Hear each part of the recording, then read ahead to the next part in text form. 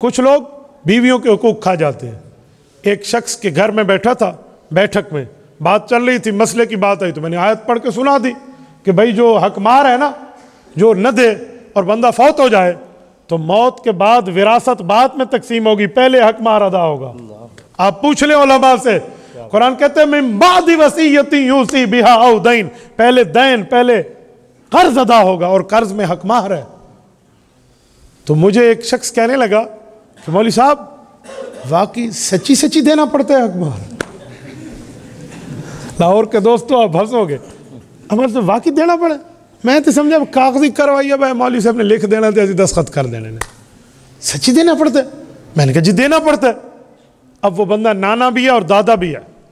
उसके जो बेटे बैठे हुए थे ना, उनने बटवे को ऐसे हाथ लगा, उसने कहा अब्बा हमसे लेकर अम्मा को हक दे दे, खुदा का नाम मन, अब तो हमारी औलादें भी आगे बड़ी हो गई हैं।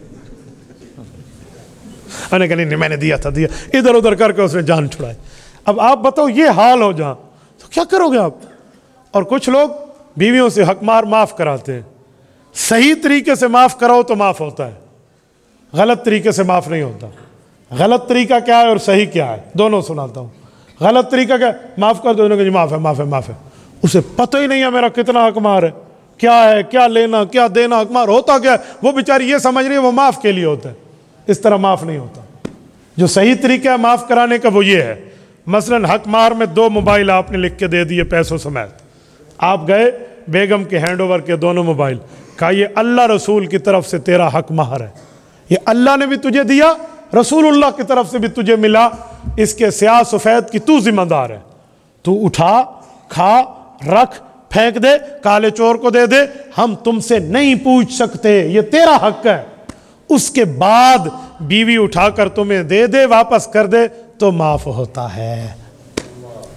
मुझे एक शख्स ने कहा मौलवी साहब अगर यूं माफ कराया तो फिर उस नहीं देना, यूं दिया तो फिर उसने नहीं देना।